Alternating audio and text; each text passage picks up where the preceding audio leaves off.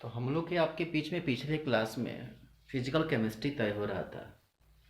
और physical chemistry में हम लोग सॉल्यूशन चैप्टर को शुरू किए थे और उसमें हम लोग शुरुआत में बेसिक कंसेप्ट कवर कर लिए थे कि किस तरह से मोलरिटी नॉर्मेलिटी का क्या रिलेशनशिप होता है।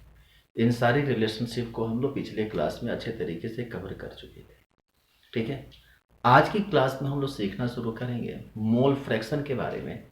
और चूंकि हम पिछले क्लास में भी आपसे बोले थे कि ये क्लास जो है पूरा का पूरा न्यूमेरिकल पर बेसिस होगा, तो हम मोल फ्रैक्शन की कंसेप्ट सीखा कर उसके बाद आपको 8 2 4 10 जो भी जितना हो सकेगा उतना हम आपको न्यूमेरिकल कराएंगे। न्यूमेरिकल करते समय इस बात को ध्यान रखिएगा कि हम आपको क्वेश्चन बोलेंगे, हम पूरी क्वेश्चन तो बोर्ड पे लिख नहीं पाएंगे। क्वेश्चन का जो मेन मोटिव होगा वो हम आपको बोर्ड पे लिखेंगे, लेकिन क्वेश्चन को आप अपनी कॉपी में लिखिएगा। और लिखने के बाद चूंकि हमारे पास टाइम उतना नहीं रहेगा, हम क्लासरूम में तो है नहीं कि आपको हम समय देंगे कि बेटा आप करो। तो आप लोग क्या करिएगा कि जब आप क्वेश्चन हम बोल देंगे तब आप उस समय वीडियो को पॉज कर लीजिएगा और पॉज करने के बाद क्या करिएगा, उसको सॉल्व करिएगा, कोशिश करिएगा पहले अपने से सॉल्व करने का। ठीक है, फिर उसके बाद से जब आपसे हो जाएगा उसके बाद वीडियो को ऑन करिएगा, तब आपको दिखता चलेगा कि क्या हम गलती किए और क्या आप अगर सही किए तो बहुत अच्छी बात है, अगर गलती किए तो कहाँ गलती किए, आपको कम से कम गलती का एहसास हो जाएगा कि हाँ कहाँ पे गलती हम किए हुए हैं। ठीक है ना। तो इसीलिए आप जब भी वीडियो जब भी न्यूमेरिकल सॉल्व करिएगा तो सॉल्व करने के दौरान आप वीडियो को पॉज करके देखिएगा कि आप पहले अपना सॉल्व करिएगा, क्योंकि और उसके बाद से फिर हमारे आंसर को मैच कराइएगा। ठीक है, चलिए तो आज हम लोग शुरू करेंगे पहला चीज मोल फ्रैक्शन। मोल फ्रैक्शन में क्या होता है कि अगर सॉल्यूशन जो हम लोग तैयार करते हैं तो सॉल्यूशन में ये सॉल्यूशन का मतलब ही होता है कि जिसमें दो या दो से अधिक कंपोनेंट्स आपस में मिलते हों। उसमें एक उसमें दो लोग होते हैं, एक सॉल्यूट होता है एक सॉल्वेंट होता है।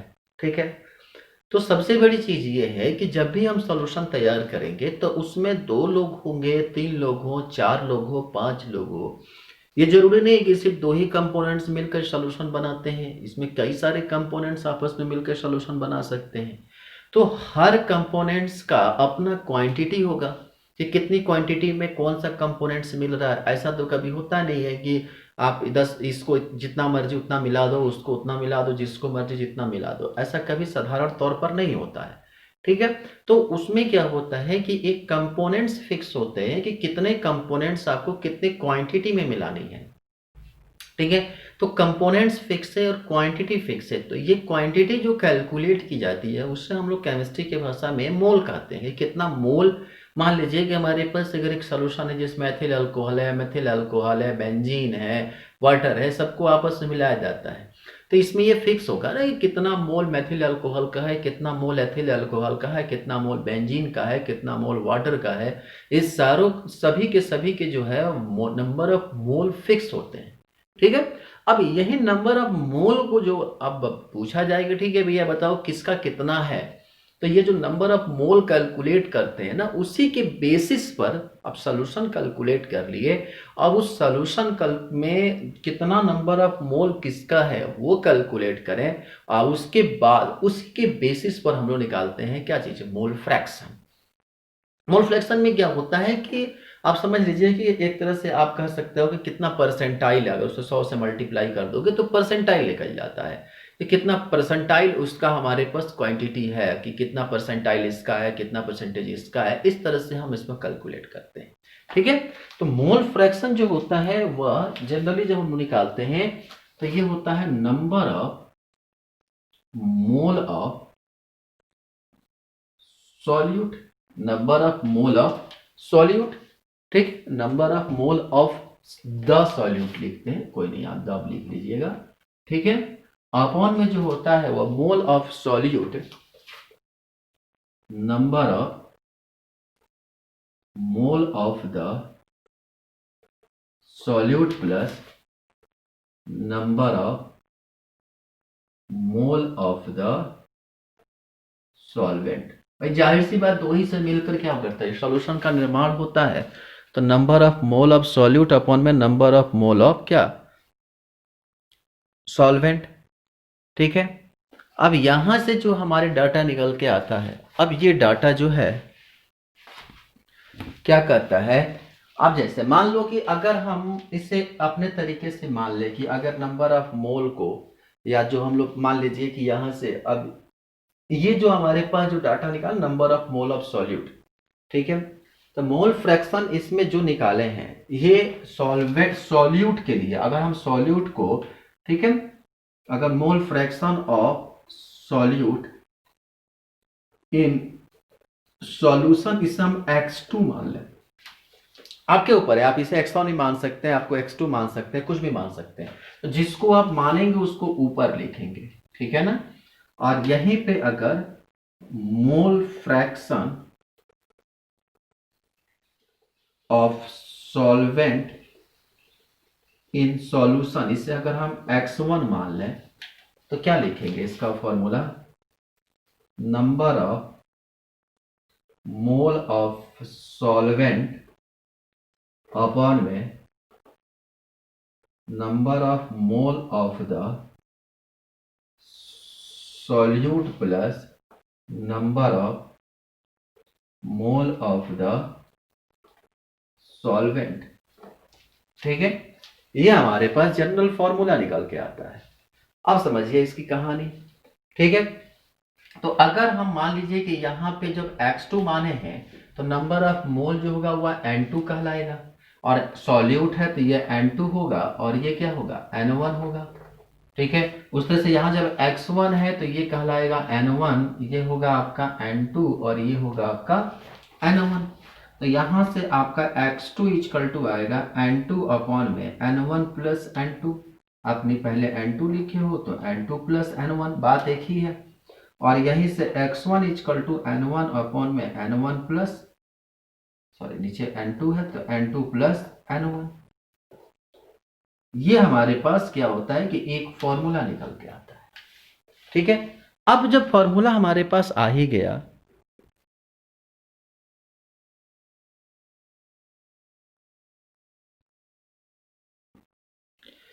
अब क्या करेंगे, अब आपको बता दें कि इसमें जरूरी नहीं है कि आपके पास दो ही सॉल्यूट हो, कई सारे सॉल्यूट आपस में मिला सकते हैं। ठीक है, तो अगर हम सीधा सा एक जनरल फॉर्मूला निकालें, x निकालें, ठीक है, तो x जगह पे जो है 1 2 3 4 5, आप जितना भी चाहें उतना भी लिख सकते हैं। अगर मान लीजिए कि यहाँ पर x1 x2 x3 4 जितना भी सॉल्यूट है, ठीक है ना, तो उतना आप लिख सकते हैं। लेकिन एक बात हमेशा याद रखिएगा कि जितने भी मोल फ्रैक्शन आएंगे वो सॉल्यूशन कितना भी क्यों ना हो, 1 2 3, मैंने सॉल्यूशन में सॉल्यूट और सॉल्वेंट कितना भी क्यों ना हो, उसका मोल फ्रैक्शन कितना भी क्यों ना निकले, ठीक है, वो चीजें जब जितने भी संख्या में होगा, लेकिन मोल फ्रैक्शन का जो सम होता है, जो x1 और प्लस x2, इसका सम हमेशा का हमेशा 1 होता है, याद रखेंगे। ठीक है, अगर मान लीजिए कि दो सॉल्यूट है, दो सॉल्यूट एक सॉल्वेंट है, तो वहां पे 3 होगा, तो वहां पे 3 के लिए क्या होगा, x1 plus x2 plus x3 equal to कितना, 1। तो एक बात हमेशा याद रखेंगे कि the sum of the mole fraction is always equal to 1। और कितना भी सॉल्यूशन में अगर क्या कहते हैं कंपोनेंट्स हो, ये मैटर नहीं करता है, वो कितना भी कंपोनेंट्स आप डाल दो, कितना भी सॉल्यूट को मिलाओ, कितना भी सॉल्वेंट मिलाओ, जितना भी मोल फ्रैक्शन तैयार करोगे, वो 10 20 50 मोल फ्रैक्शन भी तैयार कर लेते हो, तो सभी का सम जो होगा वह 1 के बराबर होगा। तो इस बात को हमेशा कंसेप्ट बना कर रखो, क्योंकि एग्जाम में क्या होता है कि जनरली हम लोग के सिलेबस में दो ही चीज दी जाती है, एक सॉल्यूट दी जाती है, एक सॉल्वेंट दी जाती है। अगर एक सॉल्यूट का मोल फ्रैक्शन आप निकाल लोगे तो सॉल्वेंट को क्या करोगे, 1 माइनस कर लोगे, सॉल्यूट का 1 में से सॉल्यूट को माइनस कर लोगे, सॉल्वेंट का ऑटोमेटिक आ जाएगा। ठीक है, तो हमारे सिलेबस में जो है वो जनरली क्या होता है कि दो ही कंपोनेंट्स दी जाती है, एक सॉल्यूट दे दिया जाता है, एक सॉल्वेंट दिया जाता है। कहते हैं एक का मोल फ्रैक्शन दिया हुआ है, दूसरे का मोल फ्रैक्शन कैलकुलेट कर लो। ठीक है, तो ये बहुत आसान तरीका होता है मोल फ्रैक्शन कैलकुलेट करने का। बेटा देखो, ये चीजें जितना भी हमने सीखा, ये सारा का सारा जो है वो 11th-12th के लेवल का सीखा। ठीक है, इसी में एक और नया कंसेप्ट आता है जिसका नाम होता है पीपीएम। ppm, पार्ट पर मिलियन। पार्ट पर मिलियन का मतलब होता है कि जो भी कंपोनेंट्स है वो 1 मिलियन पार्ट में कितना होता है, 10⁻6 -6 जो होता है, तो उसमें 10⁻6, 1 मिलियन जो है 10⁻6 के बराबर होता है। ठीक है, तो कहते हैं कि किसी भी कंपोनेंट्स का, अगर कोई कंपोनेंट्स है उसका कितना हिस्सा पार्टिसिपेट करता है, तो ये पीपीएम का कंसेप्ट बहुत बड़ा कंसेप्ट नहीं होता। अगर आप चाहे तो लिख सकते हैं it is the number of part of the solute, लिख सकते हैं आप, पीपीएम में लिख लीजिए, it is the number of parts of the solute present in 1 million part of the solution, present in 1 million part of the solution, present in 1 million part of the solution। ठीक है, तो ये है ppm का concept. Clear हो गया concept ppm का। अब देखिए पीपीएम के कंसेप्ट के बाद अगर हम थोड़ा सा आगे की तरफ बढ़े, तो बेटा अब हम शुरू करने जा रहे हैं, क्योंकि अभी तक हम बहुत सारी चीजें जो भी सीखा है वो सब के सब आपका बहुत बड़ा चीज नहीं है, ये सब के सब जो है वो 11th-12th का कंसेप्ट है। ठीक है, अब 11th-12th के कंसेप्ट के बाद हम अगर थोड़ा सा आगे की तरफ बढ़े, अब इस पर हम क्या करते हैं कि सोच रहे हैं ये कुछ न्यूमेरिकल करा दें आपको, क्योंकि न्यूमेरिकल अगर करा देंगे तो आपके हाथ कुछ बैठ जाएंगे, कुछ कंसेप्ट क्लियर हो जाएगा, फिर उसके बाद हम आगे के कंसेप्ट की तरफ बढ़ेंगे। ठीक है, कैसा रहेगा? न्यूमेरिकल करना है, चलो न्यूमेरिकल करना है तो क्वेश्चन लिखो। सबसे पहला क्वेश्चन हम कराते हैं, देखो what is the molarity of, question लिखो what is the molarity of a solution, what is the molarity of a solution of sodium chloride,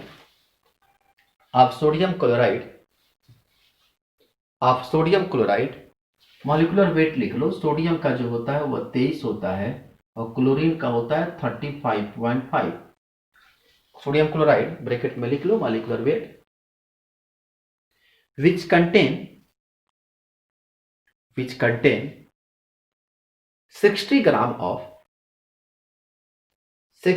of sodium chloride in 16 gram of sodium chloride in 100 ml of solution, 100 ml of solution। अब question कह रहा है कि अगर मान लीजिए कि sodium chloride का, तो जाहिर सी बात है जब सोल्यूशन तैयार करोगे तो अब उसमें सोडियम क्लोराइड दिया हुआ है, तो दूसरा मेटल क्या होगा? वाटर होगा। तो कह रहा है कि हमारे पास वाटर और सोडियम क्लोराइड को मिलाकर एक सोल्यूशन तैयार किया जा रहा है, उसमें सोडियम क्लोराइड जो है वो दिया हुआ है 60 ग्राम। कितना ग्राम दिया गया है? 60 ग्राम ऑफ NaCl दिया गया है। अब इसका हमें मोलरिटी कैलकुलेट करना है। ठीक है, तो सबसे पहले चीज हमको मोलरिटी कैलकुलेट करना है, तो मोलरिटी बराबर होता है number of mole of solute upon में volume of solution in litre. अगर बेटा आपको कैलकुलेट करना हो लीटर में, ध्यान रखेंगे दो बातें बहुत इंपॉर्टेंट चीज होती है, या तो डाटा आप और दिया गया, यहां पर नंबर ऑफ मोल के बाद सबसे बड़ी चीज लीटर में डाटा दिया हुआ है वॉल्यूम को। ठीक है, तो जब लीटर में डाटा दिया गया है तो अगर इसके, या तो आप जो डाटा हमारे पास यहाँ 100 ml दिया गया है, इसको या तो आप लीटर में कन्वर्ट कर लो, तो क्या करोगे 100 अपॉन में 1000, 1/10 यानी 0.1 लीटर, या तो आप इसे लीटर में कन्वर्ट कर लो, नहीं तो इसी का एक और फॉर्मूला होता है number of mole of the solute upon में volume of solution in millilitre into कितना 1000, या तो आप दोनों में कोई एक फॉर्मूला उपयोग करो। अब जब number of mole of solute, अब एक बात आती है number of mole of solute का। अब सॉल्यूट का नंबर ऑफ मोल कैसे निकालेंगे? तो यहां से अगर हम नंबर ऑफ भी काम करते हैं, डायरेक्ट हम क्वेश्चन में ही लिख लेते हैं। Number of mole of solute जो होता है वह फॉर्मूला होता है वेट ऑफ सॉल्यूट अपॉन में मॉलिक्यूलर वेट ऑफ सॉल्यूट, और नीचे क्या होगा volume of solution in litre.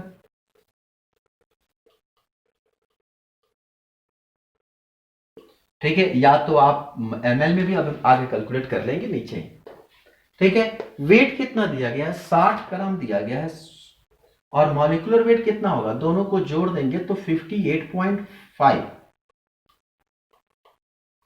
Upon में कितना लीटर दिया गया, डाटा कितना निकाल लिया हम 0.1, यानी कि 60 अपॉन में 58.5 इंटू कितना 0.1। अब इससे क्या करेंगे, हम कैलकुलेट कर लेंगे, ठीक है, और इसे कैलकुलेट कर लेंगे, उसके बाद हम निकालेंगे कि हमारा आंसर कितना आ रहा है। ठीक, आप इसे अगर कैलकुलेट करें, हम आपके साथ ही कैलकुलेट कर देते हैं। आप इसको जब कैलकुलेट करेंगे तो आपके पास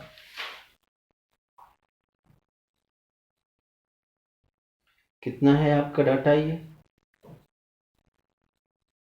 60 अपॉन में कितना 5.85,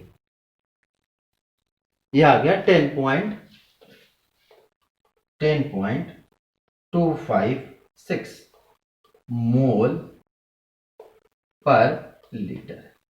ठीक है, अब यहां पर एक डाटा हमको मिल गया। अगर आप चाहो बेटा कैलकुलेट कर लेना, हो सकता है हमारा कैलकुलेशन गलत हो, आप चाहो इस तरह से भी कैलकुलेट कर सकते हो। Number of mole of solute कैसे लिखोगे, 60 अपॉन में 58.5 अपॉन में ml कितना है 100 और इंटू कितना 1000, यहां से मल्टीप्लाई करेंगे तो बात वही हो जाएगा ना। यहां पे कितना आ जाएगा, यहां से आ गया 60 अपॉन में 58.5 इंटू कितना 10।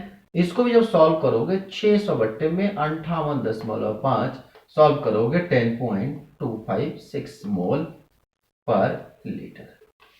तो आप किसी तरह से भी जब सॉल्व करोगे डाटा आपके पास वही आंसर आएगा। ठीक है, चलो इसको बना लो।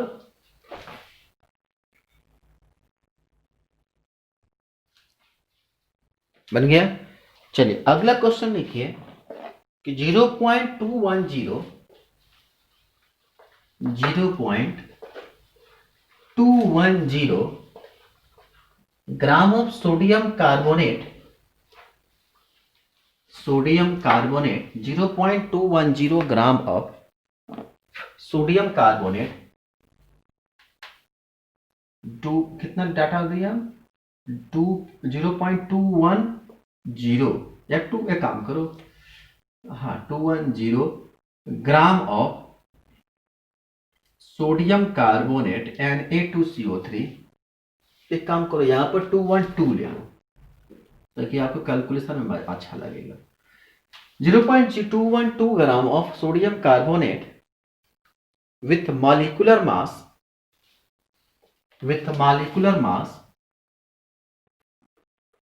106 gram is dissolved in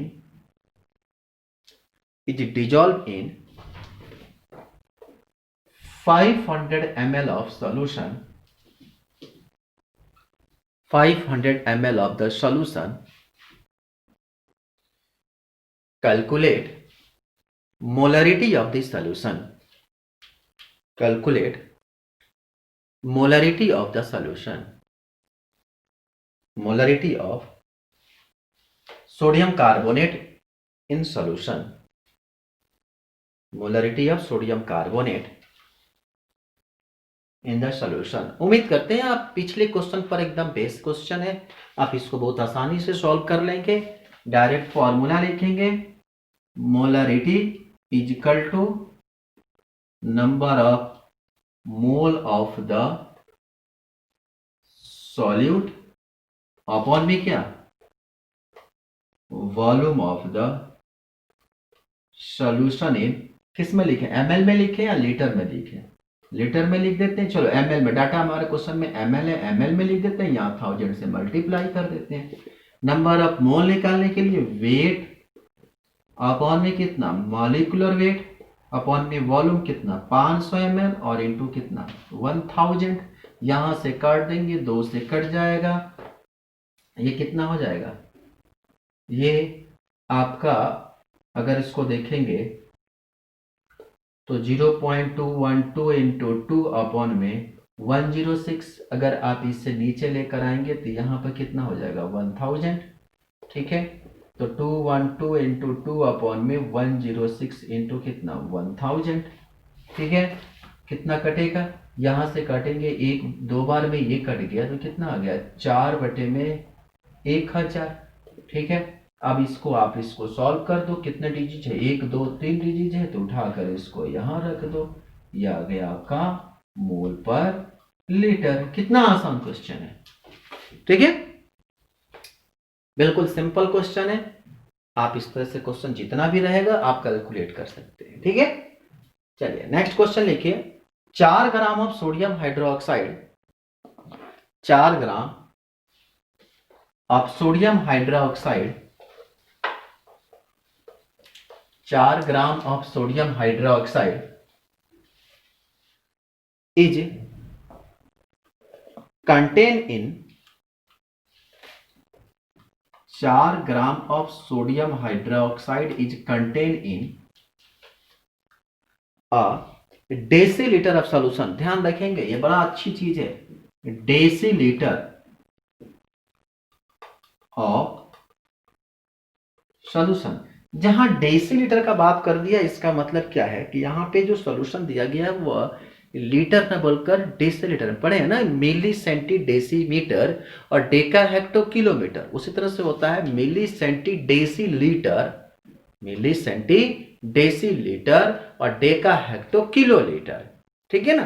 तो वहां पर हम लोग के पास डाटा जो दिया गया है वो ध्यान रखेंगे कि जो सॉल्यूशन मोलरिटी दिया गया है उसमें जो सॉल्यूशन दिया गया है वो डेसीलीटर में है, ठीक है ना। कैलकुलेट द फॉलोइंग, उसमें आपको एक एक कैलकुलेट करना है। मोल फ्रैक्शन ऑफ NaOH, पहला पार्ट। दूसरा, molarity of the NaOH, molarity of NaOH। तीसरा, मोलालिटी ऑफ NaOH। इसमें एक चीज दे दिया गया है, density, density of the solution is 1.038 ग्राम पर ml। ये आपके लिए बड़ा अच्छा चीज दे दिया गया है। अब आपके पास अगर डेंसिटी मिल गया तब क्वेश्चन आसानी से सॉल्व कर लोगे, क्योंकि डेंसिटी की जरूरत पड़ेगी, ठीक है।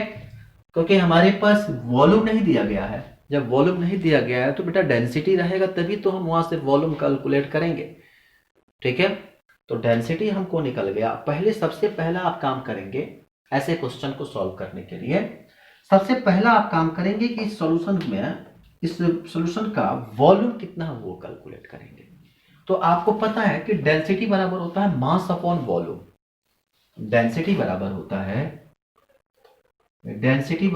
है मास अपॉन में वॉल्यूम, ये तो पता है। तो हमें वॉल्यूम कैलकुलेट करना है, तो वॉल्यूम इक्वल टू क्या हो जाएगा, मास इनटू डेंसिटी, ठीक है। तो मास में डेंसिटी से मल्टीप्लाई करेंगे। अब सबसे बड़ा चीज है कि इतना ग्राम है, तो डाटा हमारे पास अगर देखेंगे तो हमारे पास सबसे पहली चीज होती है कि मास अपॉन में क्या। तो एक काम करें, सबसे पहला तो हम लोग कि सॉल्यूशन को, हमारे पास तो सबसे पहले चीज वॉल्यूम निकालना है। तो वॉल्यूम जो दिया गया है वो कितना दिया गया है, डेसीलीटर है, ठीक है। तो डेसीलीटर का मतलब क्या हुआ कि आप समझ सकते हैं कि लीटर से डेसीलीटर 10⁻³ यानी कि यहाँ पर जो डाटा हमारे पास दिया गया है वह हमारे पास जो सॉल्यूशन की डेंसिटी अब कितना ग्राम है। तो यहाँ पे जो अगर हम एक काम करते हैं, सबसे पहले डेंसिटी निकालते हैं। डेंसिटी निकालने के, डेंसिटी दिया हुआ है हमारे पास, मास भी नहीं है हमारे पास कितना ग्राम सोडियम हाइड्रोक्साइड, लेकिन हाँ 4 ग्राम सोडियम हाइड्रोक्साइड तो हमारे पास दिया गया है, मास ऑफ हाइड्रोक्साइड तो दिया गया है 4 ग्राम, ठीक है। तो सबसे पहले एक काम करते हैं हम लोग, सॉल्यूशन की डेंसिटी दी गई है, सबसे पहले यहां से हम लोग कुछ निकालें कि हमारे क्या, किस हिसाब से अगर निकाला जाए। तो सबसे पहले अगर हम वॉल्यूम ऑफ सॉल्यूशन की बात करें तो वॉल्यूम ऑफ सॉल्यूशन हो जाएगा मास इनटू डेंसिटी, ठीक है। मास तो हमारे पास है नहीं, तो क्योंकि क्यों मास नहीं, आप कहोगे ना कि सर ये तो 4 ग्राम सोडियम हाइड्रोक्साइड दिखाई दे रहा है, देखिए सबसे बड़ी बात है, ये 4 ग्राम जो सोडियम हाइड्रोक्साइड है ये सॉल्यूट का है, न कि सॉल्यूशन का है। यहाँ जो हम फॉर्मूला लिखे volume equal to mass into density, ये फॉर्मूला जो है, क्योंकि डेंसिटी जो दिया गया है वो सॉल्यूशन का दिया हुआ है, सॉल्यूट का तो है नहीं। तो यहाँ हम मास जो है 4 ग्राम नहीं रख सकते हैं। 4 ग्राम इसलिए नहीं रख सकते हैं क्योंकि ये मास जो है वो सॉल्यूशन का मास होना चाहिए, मतलब सॉल्यूट और सॉल्वेंट दोनों मिलाकर। यहीं पर बच्चे गलत करते हैं, ठीक है। तो यहाँ पे जो मास दिया गया हम लेंगे वो आपका सॉल्यूशन का मास लेके चलेंगे, और डेंसिटी, क्योंकि डाटा हमारे पास डेंसिटी जो है वो सॉल्यूशन का है, ठीक है। अब इसके लिए हम एक काम करते हैं कि सबसे पहले हम कैलकुलेट कर लेते हैं कि हमारे पास जो सॉल्यूशन जो है, ठीक है। अब चूंकि अब आप कहोगे ना कि सर आप, अगर आप कहोगे कि सर ये बताइए कि सॉल्यूशन जो है, ये अगर डेंसिटी ऑफ सॉल्यूशन यहां पर कह रहा है कि 1038 ग्राम पर ml, इसका मतलब क्या है? इसका मतलब ये है कि 100 ml सॉल्यूशन में कितना है, 0.38 ग्राम हमारे पास क्या है, कंटेनर है, मतलब कि मैटर है। मतलब कि सॉल्यूशन के जो हमारे पास जो वॉल्यूम है, ध्यान रखेंगे, सॉल्यूशन की जो वॉल्यूम है वह दिया गया है 100 ml। तो वॉल्यूम ऑफ सॉल्यूशन कितना है, 100 ml है। कितना है, 100 ml है। और वेट कितना, मास ऑफ सॉल्यूशन का कितना दिया गया है, 1.038 ग्राम। इसका मतलब यही ना है, 1.038 ग्राम का मतलब क्या है कि 0.83 ग्राम पर ml, मतलब क्या है कि इतना ग्राम, भाई डेंसिटी बराबर होता है मास अपॉन वॉल्यूम। तो मास मतलब क्या है, मास ऑफ सॉल्यूशन, और अपॉन में क्या, मास ऑफ क्या चीज, सॉल्यूशन, वॉल्यूम ऑफ सॉल्यूशन। मतलब अगर यहां पे दिया गया है 1.038 ग्राम पर ml, इसका मतलब क्या है कि 100 ml, जो कि डेसीलीटर की बात हो रहा है, तो यहां पर कह रहा है कि 100 ml में कितना है, 1.038 ग्राम है। तो अगर यहां से अगर हम एक बात करें कि 100 ml सॉल्यूशन में अगर इतना हम लोग को मिला गया, तो अगर एक चीज, अगर यहां से डेंसिटी की टर्म तो हमको निकल गया कि ठीक है चलो ये बात तो समझ में आ गई, ठीक है। तो अगर ये है कितने ग्राम ml में, 1 ml में इतना दिया गया है, और समझना ये जो हमारे पास डाटा मिला है वह 1 ml में इतना है, और हमारे पास सॉल्यूशन है कितना, डेसीलीटर सॉल्यूशन, मतलब 100 ml है, ठीक है। तो 101 ml में जो है, ये कह रहा है ना कि पर ml 1.038 ग्राम पर ml, तो 1 ml में 1.038 ग्राम है। बात को गौर से समझना, क्योंकि यहां जो भी है वो सॉल्यूशन की बात हो रही है, हम सॉल्यूट और सॉल्वेंट की बात नहीं कर रहे हैं, क्योंकि यहां जो भी डेंसिटी दिया गया है ये सब सॉल्यूशन को टर्म में किया गया है, ठीक है। तो यहां कहा गया कि 1.083 ग्राम पर ml है, मतलब 1 ml में 1.038 ग्राम है, ठीक है। तो हमारे पास सॉल्यूशन कितना है, डेसीलीटर है, मतलब 100 ml है। तो ये बताइए 1 ml में, इन 1 ml having 1.038 gram of solution. अब इसमें सॉल्यूट सॉल्वेंट दोनों है, तो अगर 100 ml होता तो कितना होता, 100 इंटू 1.038 ग्राम, तो यहां से कितना आ जाएगा, 103.8 ग्राम ऑफ सॉल्यूशन। मतलब कि 100 ml में जो सॉल्यूशन की क्वांटिटी होंगे, जो सॉल्यूट और सॉल्वेंट कितने ग्राम होंगे, वो होंगे 103.8 ग्राम, ठीक है। अब ये जो निकला है वो वेट ऑफ सॉल्यूट और वेट ऑफ सॉल्वेंट दोनों है, ध्यान रखेंगे। जो सॉल्यूशन का हम वेट निकाले हैं वह वेट ऑफ सॉल्यूट और वेट ऑफ सॉल्वेंट दोनों निकाले हैं, ठीक है। दोनों का सम है कितना ग्राम, यानी कि वेट, मास ऑफ सॉल्यूट, आप कह सकते हैं ऐसे, मास ऑफ द सॉल्यूट, और प्लस क्या, मास ऑफ द सॉल्वेंट। ये जो है वह 103.8 ग्राम है। अब यहां से डाटा हमको मिलना शुरू हो गया। तो मास ऑफ द सॉल्यूट 4 ग्राम हमारे पास सोडियम हाइड्रोक्साइड है, और यहां पर मास ऑफ द सॉल्वेंट हमको निकालना है। तो क्या हो जाएगा, यहां से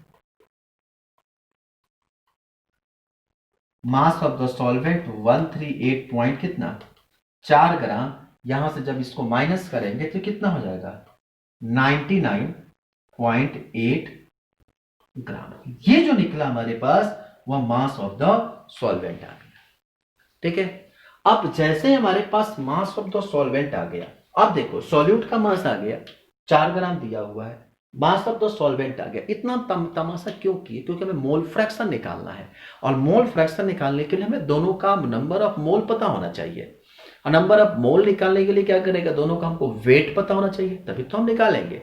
ठीक है, अब देखो यहां तक तो हम लोग निकाल दिए। अब हमारे पास क्वेश्चन में गिवन क्या क्या मिल गया, मास ऑफ द सॉल्वेंट मिल गया। अब देखो हम एक काम करते हैं, यहां लिखते हैं मास ऑफ द, क्योंकि बोर्ड छोटा है तो हमारे पास जगह कम है, सॉल्वेंट मिल गया कितना 99.8 ग्राम। ठीक है, और मास ऑफ द सॉल्यूट ये हमारे पास दिया गया है 4 ग्राम। ठीक है, अब यहां से हम क्वेश्चन को आसानी से सॉल्व कर सकते हैं। अब एक एक करके, चूंकि हमारे पास सारे डाटा मिल गए, अब हम एक काम करते हैं, सबसे पहले हम यहां पे मोल फ्रैक्शन कैलकुलेट करते हैं। मोल फ्रैक्शन ऑफ सॉल्यूट निकालें तो कितना होगा, number of mole of solute. तो एक काम करें, पहले number of mole of solute कितना है 4 ग्राम है। सोडियम हाइड्रोक्साइड का मॉलिक्यूलर वेट कैलकुलेट करो, कितना होता है सोडियम हाइड्रोक्साइड का मॉलिक्यूलर वेट, पता है मॉलिक्यूलर वेट कितना होता है 23 होता है सोडियम का, 16 और 1 कितना हो गया 23 और 16 39 और 1 40, कितना हो गया 40 ग्राम इसका हो गया। तो कितना हो जाएगा 4/40 अपॉन में कितना 4/40 और प्लस सॉल्वेंट का हमारे पास क्या है वाटर है, तो कितना होता है इसका 18 होता है। तो कितना ग्राम हमारे पास है 99.8 बटे में कितना 18। समझ में आया क्या किया है। अगर आपको ऐसे भी ना समझ में आए तो एक काम करो, नंबर ऑफ मोल सबका अलग अलग निकाल लो, वो भी आसान है। ठीक है, हम एक काम करते हैं, यहां से थोड़ा सा मिटाते हैं, जगह हम थोड़ा सा खाली कर लेते हैं ताकि हमें क्वेश्चन एक एक करके सॉल्व करने में आराम रहेगा। सबसे पहले एक काम करो, अगर ज्यादा दिक्कत हो रहा है तो सबका अलग अलग नंबर ऑफ मोल निकाल लो। Number of mole of NaOH कितना होगा, वेट कितना है 4 ग्राम, और मॉलिक्यूलर वेट कितना हो गया 40, दिया गया 0.1 मोल। ठीक है, number of mole of H2O, H2O कहां से आ रहा है, H2O वो है जो यहां पे क्या कर रहा है एज ए सॉल्वेंट के रूप में काम कर रहा है। किसके रूप में काम कर रहा है, सॉल्वेंट के रूप में काम कर रहा है। ठीक है, तो कितना हो जाएगा 99.8 अपॉन में कितना 18, मॉलिक्यूलर वेट H2O कितना होता है 18, इसको सॉल्व करोगे 18×5 18×5 9 8 18×5 फिर से क्या आएगा 18×5 के 9 हासिल में आएगा 9, फिर उतारोगे 8 तो फिर आएगा कितना 18×5 हो गया आपका कितना 880, 18×4 4, बस हो गया 4 4 4 जाएगा आगे। ठीक है, अब इसके बाद अब निकाल लो यहां से मोल फ्रैक्शन, किसका चाहिए मोल फ्रैक्शन ऑफ NaOH निकाल लो। तो कितना होता है 0.1 अपॉन में 0.1 प्लस 5.54, यहां से कितना हो गया 0.1 अपॉन में 5.55, इसको सॉल्व कर लो, जितना आएगा तुम्हारा आंसर आ जाएगा, करीब करीब इसका आएगा 0.18, सॉरी 0.018। अब जरा बताओ, एक का मोल फ्रैक्शन तो हमको निकल गया, अब जैसे ही एक का मोल फ्रैक्शन अगर निकाल लोगे तो क्या दूसरे का मोल फ्रैक्शन नहीं निकाल लोगे, क्योंकि क्वेश्चन में हमारे पास NaOH का ही पूछा गया है।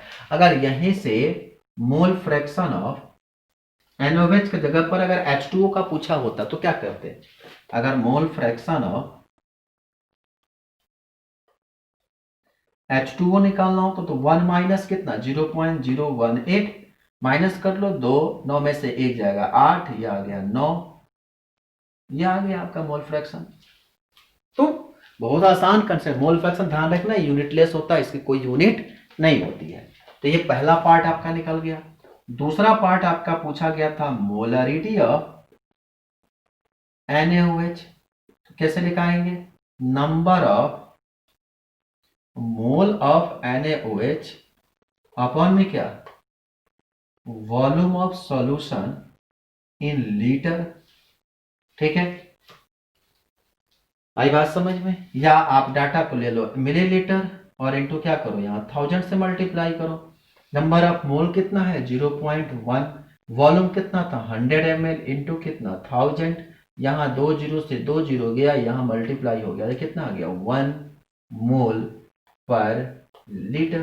कितना आसान क्वेश्चन है, ठीक है, 1 मोल पर लीटर। अब इसके बाद तीसरा है आपका मोलरिटी ऑफ द सॉल्यूशन। क्या है आपका? Molarity of the solution. तो क्या होता है, number of mole of solute.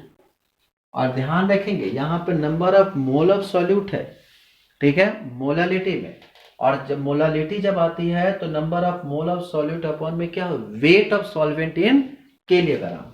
किस में आता है? Weight of solvent in KG.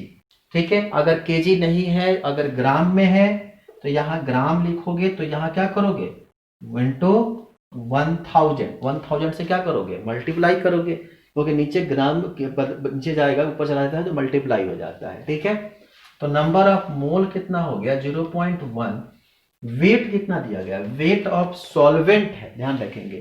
तो वेट जो है वो मास को कहते हैं, तो कितना है 99.8 और इंटू कितना 1000, इसको मल्टीप्लाई कर लेना, जो आंसर आएगा वो आपका आएगा मोल पर केजी। ठीक है, इस तरह से क्वेश्चन जो है हम आसानी से सॉल्व करते हैं। क्लियर हुआ? चलो उसको बना लो। अगर जहां देखो सबसे चीज क्वेश्चन में जब भी हम सॉल्व करते हैं तो इसमें ट्रिक यही होता है कि हम ये देखने की कोशिश करते हैं कि क्वेश्चन में दिया हुआ क्या है। कंफ्यूजन हम लोग को वहीं पर होता है, दिया कुछ और होता है, सॉल्व हम लोग कुछ और कर लेते हैं। ठीक है, थोड़ा सा केमिस्ट्री के क्वेश्चन ऐसे ही होते हैं, थोड़ा घुमाव फिरा का होता है। ठीक है, चलो बनाओ। हो गया, इसको सॉल्व करना है। इसका सॉल्व करोगे तो इसका आंसर आएगा 1.002। ठीक है, चलिए आप एक बात ध्यान रखेंगे, यहाँ मोलरिटी होता है इसको हम लोग कैपिटल M से और इससे लिख सकते हैं स्मॉल m से। तो इसका आंसर में हम लिख सकते हैं 1 m मोलर, इसका भी हम लोग 1, इसका कहते हैं 1 मोलर, इसको कहते हैं 1 मोलर। ठीक है, चलिए आप कुछ क्वेश्चन लिख लीजिए आप घर से बनाने के लिए। ठीक है, क्वेश्चन लिखिए, solution containing 25% of water, a solution containing 25% of water, 25% of ethanol, 25% of water, 25% of ethanol and 50% of acetic acid and 50% of acetic acid by mass. Calculate mole fraction of each components. Calculate mole fraction of each components. ठीक है, आप question बना लीजिएगा और इसके description में हम answer डाल देंगे। ठीक है, आप आंसर को मैच करा देना। इसके डिस्क्रिप्शन में हम कोशिश करेंगे कि हम इसका आंसर डाल दें। ठीक है, ताकि आप जब फिर बनाइएगा तो इसको आप मैच करा लीजिएगा। ठीक है, और जिसका आंसर नहीं आएगा उसको आप हमसे बताइएगा कमेंट बॉक्स में, तो हम आपको इसका अगले जो पार्ट बनाएंगे उसमें हम आपको इसका सॉल्यूशन बता देंगे कैसे करना है। ठीक है, नेक्स्ट क्वेश्चन लिखिए, Find the molarity and molality. Find the molarity and molality of a 15% of solution. 15% of solution of H2SO4 density लिख लीजिए 1.10 ग्राम पर ml और मॉलिक्यूलर मास लिख लीजिए आप H2SO4 का, वह होता है 98 ग्राम। आप 98 ही मॉलिक्यूलर वेट को पढ़ते हैं, ठीक है। इस क्वेश्चन को भी आप कर लीजिएगा, उम्मीद है कि आप जरूर इसको कर लेंगे, ठीक है। अगर आपको और क्वेश्चन लिखना हो तो आप और क्वेश्चन भी चाहें तो लिख सकते हैं। अगर आपकी मन है तो बताइए, हम आपको और क्वेश्चन दे देते हैं।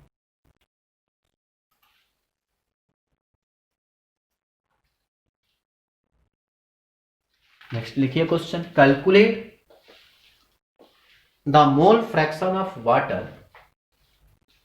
Calculate the mole fraction of the water in a mixture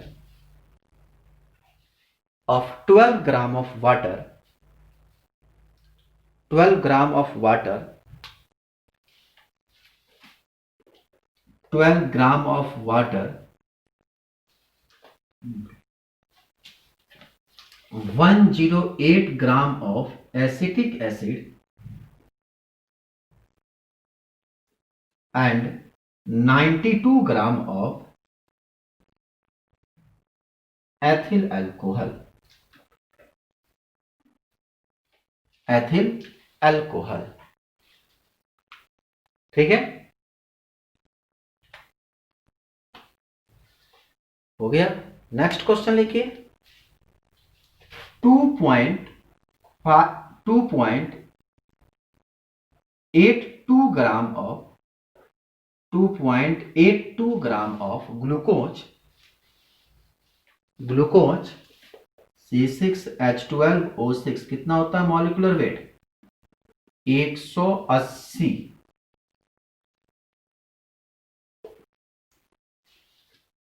are dissolved in 30 gram of water. Calculate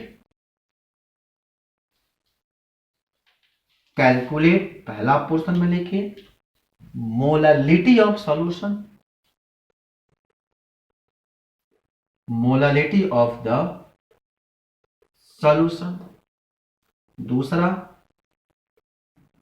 mole fraction of water and glucose, mole fraction of water and glucose.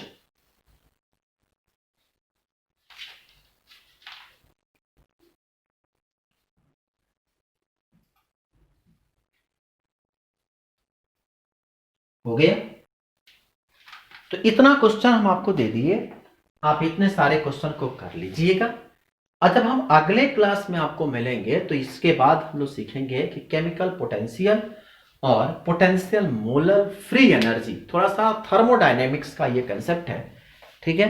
Thermodynamics के जुड़ा हुआ concept हम लोग पढ़ेंगे कि PV equal to NRT के साथ क्या रिलेशनशिप होगा।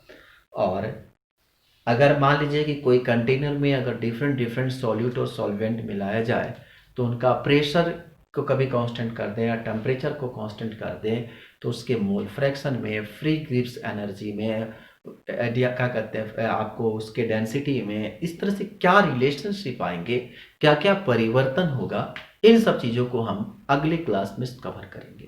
क्योंकि अगला क्लास इसलिए इम्पोर्टेंट है, उसमें न्यूमेरिकल नहीं बनते हैं, थ्योरेटिकल क्वेश्चन पूछे जाते हैं, ठीक है।